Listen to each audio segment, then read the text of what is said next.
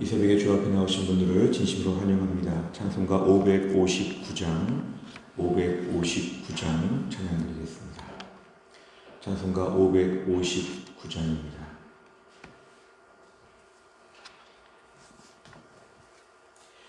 찬송가 559장 찬양드리겠습니다.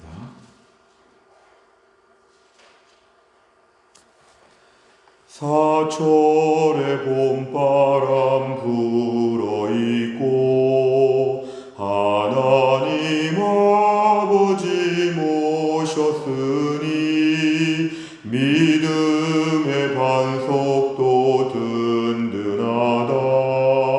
우리 집 즐거운 동산이라. 고마워라 임마누엘, 예수만 섬기는 우리 집. 고마워라 임마누엘, 복되고 즐거운 하루하루. 어버이 우리를 고이시고 동기들 사랑에 뭉쳐있고 기쁨과 서름도 같이 하니 한간의 조가도 천국이라. 고마워라 임마누엘, 예수만 섬기는 우리 집. 고마워라 임마누엘, 복되고 즐거운 하루하루. 아침과 저녁에 수고하여 다같이 일하는 온 식구가 한 상에 둘러서 먹고 마셔. 여기가 우리의 낙원이라. 고마워라 임마누엘, 예수만 섬기는 우리 집. 고마워라 임마누엘, 복되고 즐거운 하루하루. 아멘. 하나님 말씀은 신명기 21장입니다. 신명기 21장 18절에서 23절까지입니다. 신명기 21장 18절, 구약성경 294페이지에 있습니다. 신명기 21장 18절에서 23절까지의 말씀을 저 한 절씩 교독하겠습니다. 신명기 21장 18절에서 23절, 제가 먼저 읽겠습니다.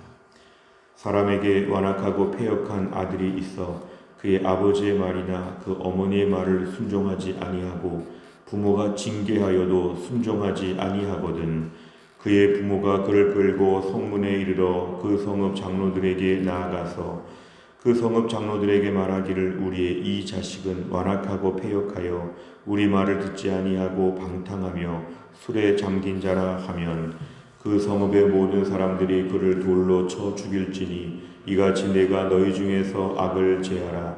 그리하면 온 이스라엘이 듣고 두려워하리라. 사람이 만일 죽을 죄를 범함으로 네가 그를 죽여 나무 위에 달거든 그 시체를 나무 위에 밤새도록 두지 말고 그날에 장사하여 내 하나님 여호와께서 내게 기업으로 주시는 땅을 더럽히지 말라. 나무에 달린 자는 하나님께 저주를 받았음이니라. 아멘. 오늘 말씀도 역시 앞으로 가나안 땅에 들어가게 되거든 너희는 가나안 땅에서 믿음으로 바르게 살아야 된다. 가나안 땅에서의 삶에 대한 매뉴얼 오늘 계속 이어지고 있습니다. 오늘 본문은 크게 보면 두 단락인데요. 18절부터 21절까지, 그 다음에 22절부터 23절까지 오늘은 두 단락으로 나눌 수가 있습니다. 오늘의 상황은 28절에 보니까 사람에게 완악하고 패역한 아들이 있어. 만일 앞으로 가나안 땅에 들어갔는데 믿음으로 살아야 되는 이스라엘 백성들 중에 어느 가정에 완악하고 패역한 아들이 있다. 만약에 어떤 아들이 부모에게 완악하고 패역한 모습을 갖고 좀 반역하듯이 거스르는 그런 자식이 있다고 할 때에 일단은 그 부모의 말에 순종하지 아니하는, 부모가 그러지 말라고 했겠지요. 그런데 그 말에 순종하지도 아니하는, 사실은 1차 경고를 무시하는, 가르쳤는데 따르지 않는, 순종하지 아니했는데 두 번째, 부모가 일정한 페널티를 지불하거나 뭔가 징계하는 것, 부모가 한 번 더 강하게 말을 해도 또 순종하지 아니하는, 사실은 집에서 한 2번 정도의 절차를 통해서 그 아들을 바르게 하는 이런 노력을 분명히 했다는 걸 얘기합니다. 그렇게 했는데도 듣지 아니하거든. 최선을 다해서 가르치려고 했지만 듣지 않거든. 19절. 그의 부모는 그를 끌고 성문에 이르러, 이렇게 어떤 성의 문 앞에 간다는 것은 재판장 앞에 가는 것처럼 당시 많은 사람들 앞에서 좀 판단해 달라, 좀 이걸 어떻게 좀 결정해 달라, 처리해 달라, 이런 요청입니다. 성문에 가게 될 때 그 성읍의 장로, 여기서의 장로라고 하는 것은 나이가 든 연장자를 얘기하는데요.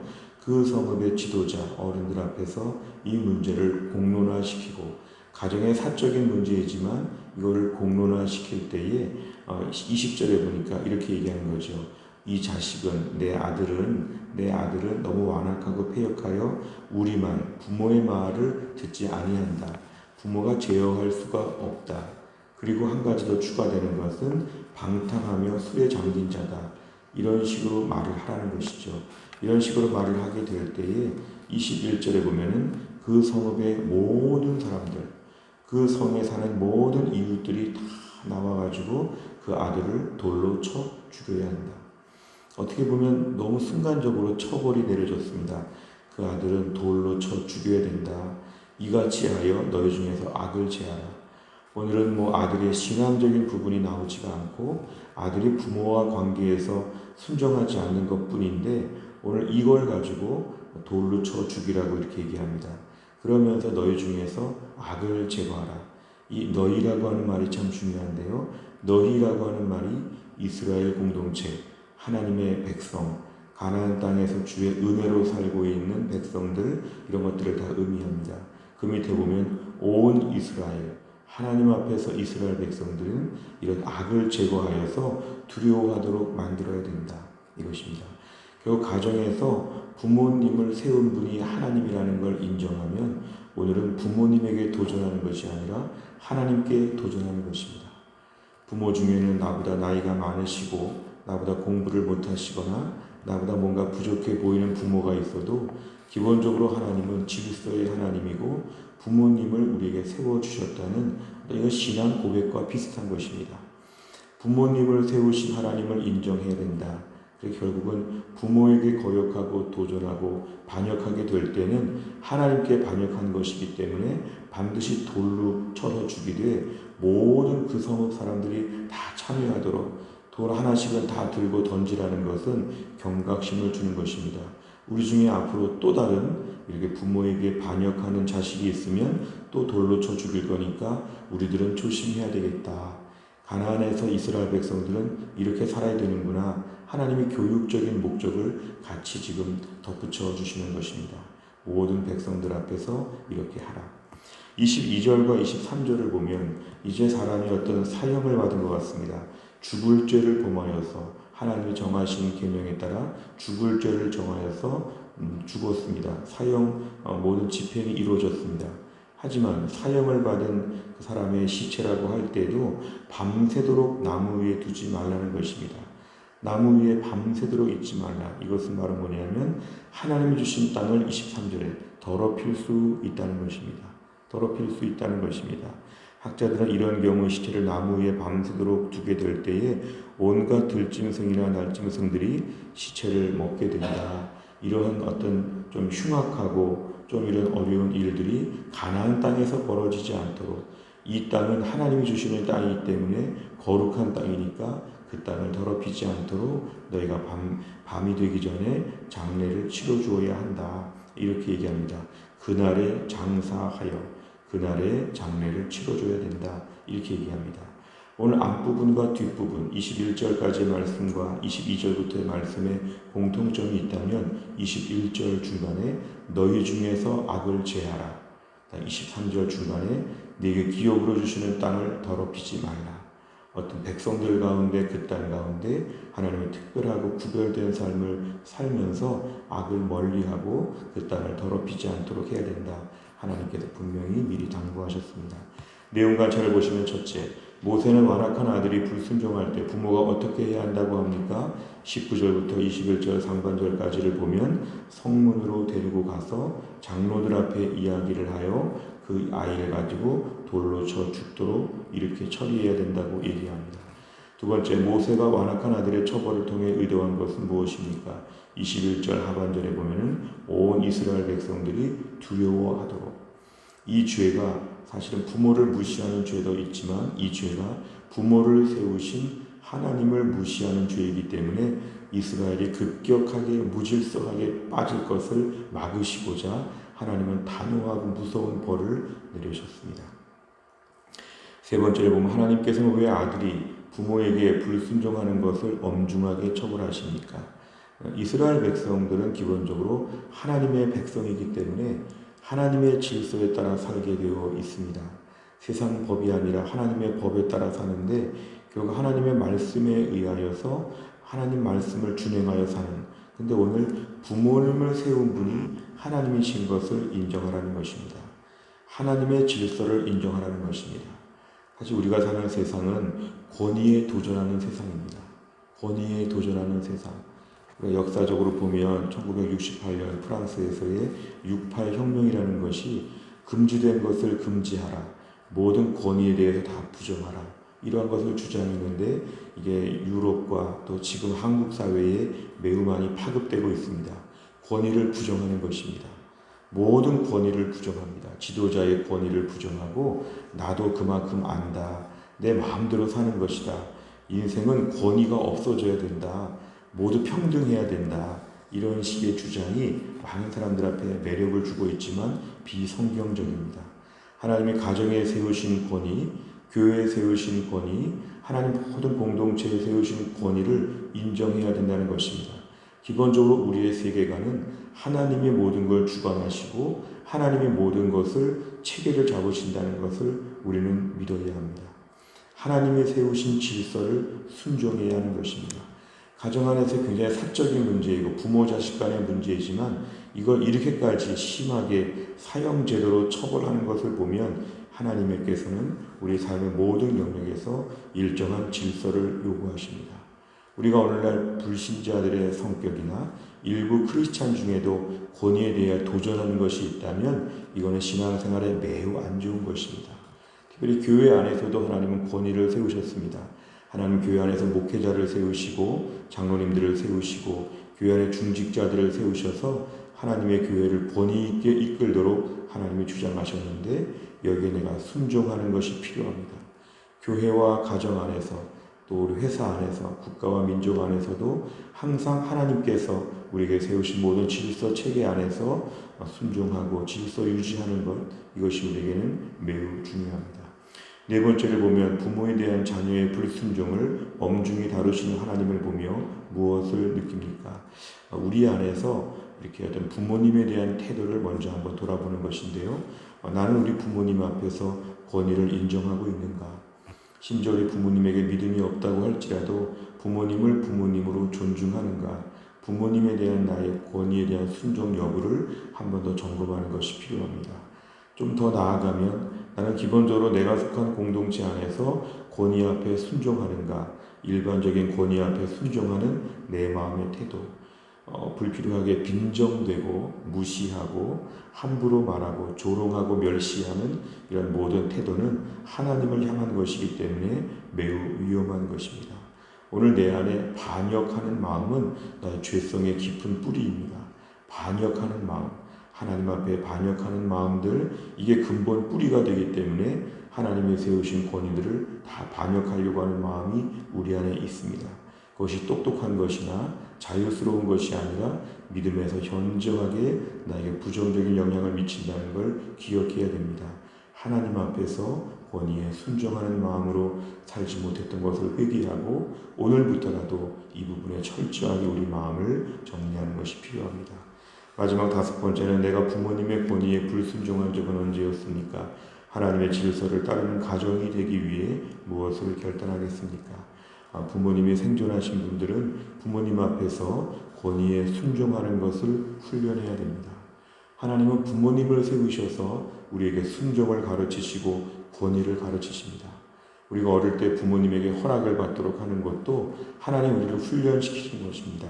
내 위에 권세가 있다. 나보다 높은 분이 있다. 그러면 나는 따라야 된다. 그분을 세우신 분이 하나님이시다.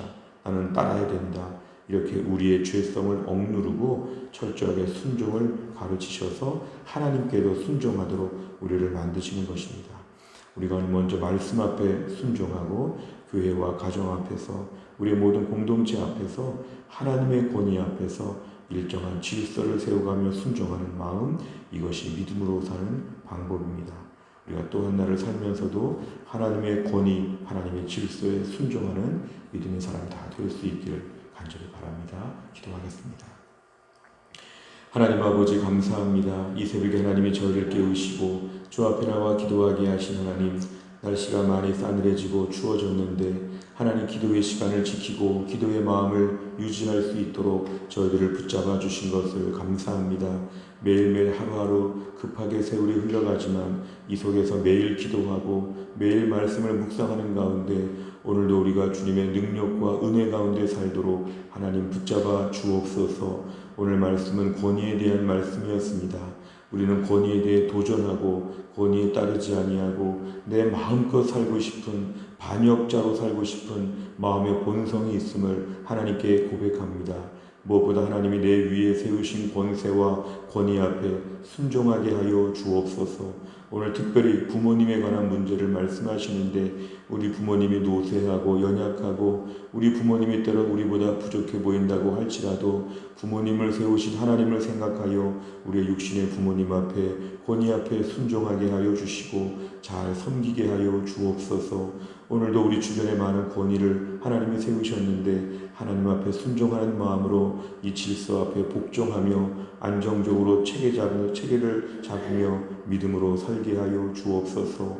하나님 하루하루 말씀이 우리의 삶에 스며들고 말씀이 우리의 피가 되고 살이 되어서 믿음의 사람으로 날마다 변화되게 하여 주시고 거칠고 험악한 시대 가운데 우리의 심령이 완고해지거나 불신자처럼 살지 아니하고 믿음의 사람으로 날마다 온전해질 수 있도록 하나님이 함께하여 주옵소서. 하나님 코로나가 속히 종식되게 하여 주시고 이 속에서 약이 개발되어지게 하여 주시고 이 속에서 교회들이 약화되지 않게 하여 주시고 온갖 혼란스럽고 어려운 국가와 민족의 현실 앞에서 하나님의 공의가 세워지게 하여 주시며 무엇보다 이 땅이 하나님을 기쁘시게 하는 거룩한 민족이 될 수 있도록 하나님이 함께하여 주옵소서. 우리의 자녀들 믿음으로 살게 하여 주시고 우리의 부모님들 노년에 하나님의 은혜로운 삶을 사실 수 있도록 하나님이 함께하여 주옵소서. 한날의 일정을 주님께 의탁하오며 예수님의 이름으로 기도하옵나이다. 아멘. 우리가 금요일을 맞이하여 기도하는 100대 기도 제목은 다락방 예배와 전도회 세 가족을 위하여 기도합니다. 71번부터 84번까지 오늘 꼭 기도해 주시기를 바랍니다. 주기도문 하겠습니다. 하늘에 계신 우리 아버지여, 이름이 거룩히 여김을 받으시오며 나라 임하옵시며 뜻이 하늘에서 이룬 것 같이 땅에서도 이루어지이다. 오늘날 우리에게 일용할 양식을 주옵시고 우리가 우리에게 죄 지은 자를 사하여 준 것 같이 우리 죄를 사하여 주옵시고 우리를 시험에 들게 하지 마옵시고 다만 악에서 구하옵소서. 대개 나라와 권세와 영광이 아버지께 영원히 있사옵나이다. 아멘.